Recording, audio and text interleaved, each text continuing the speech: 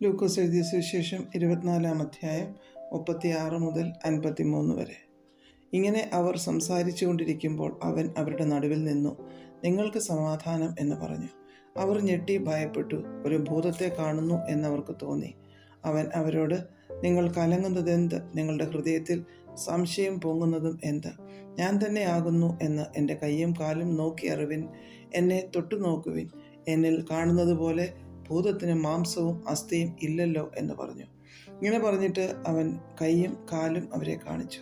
അവർ സന്തോഷത്താൽ വിശ്വസിക്കാതെ അതിശയിച്ചു നിൽക്കുമ്പോൾ അവരോട്, തിന്നുവാൻ വല്ലതും ഇവിടെ നിങ്ങളുടെ പക്കൽ ഉണ്ടോ എന്ന് ചോദിച്ചു.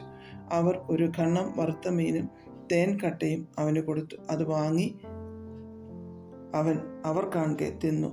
പിന്നെ അവൻ അവരോട്, ഇതാകുന്നു നിങ്ങളോട് കൂടെ ഇരിക്കുമ്പോൾ ഞാൻ പറഞ്ഞ വാക്ക്. മോശയുടെ ന്യായപ്രമാണത്തിലും പ്രവാചക പുസ്തകങ്ങളിലും സങ്കീർത്തനങ്ങളിലും എന്നെക്കുറിച്ച് എഴുതിയിരിക്കുന്നതൊക്കെയും നിവൃത്തിയാകണം എന്നുള്ളത് തന്നെ എന്ന് പറഞ്ഞു.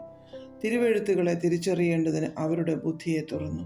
ക്രിസ്തു കഷ്ടം അനുഭവിക്കുകയും 3-ാം നാൾ മരിച്ചവരിൽ നിന്ന് ഉയർത്തെഴുന്നേൽക്കുകയും അവൻ്റെ നാമത്തിൽ മാനസാന്തരവും പാപമോചനവും യെരുശലേമിൽ തുടങ്ങി സകല ജാതികളിലും പ്രസംഗിക്കുകയും വേണം എന്നിങ്ങനെ എഴുതിയിരിക്കുന്നു. ഇതിന് നിങ്ങൾ സാക്ഷികളാകുന്നു. എൻ്റെ പിതാവ് വാഗ്ദത്തം ചെയ്തതിനെ ഞാൻ നിങ്ങളുടെ മേൽ അയക്കും. നിങ്ങളോ ഉയരത്തിൽ നിന്ന് ശക്തി ധരിക്കുവോളം നഗരത്തിൽ പാർപ്പിൻ എന്നും അവരോട് പറഞ്ഞു.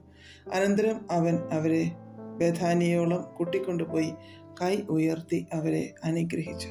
അവരെ അനുഗ്രഹിക്കയിൽ അവൻ അവരെ വിട്ടു പിരിഞ്ഞു സ്വർഗാരോഹണം ചെയ്തു.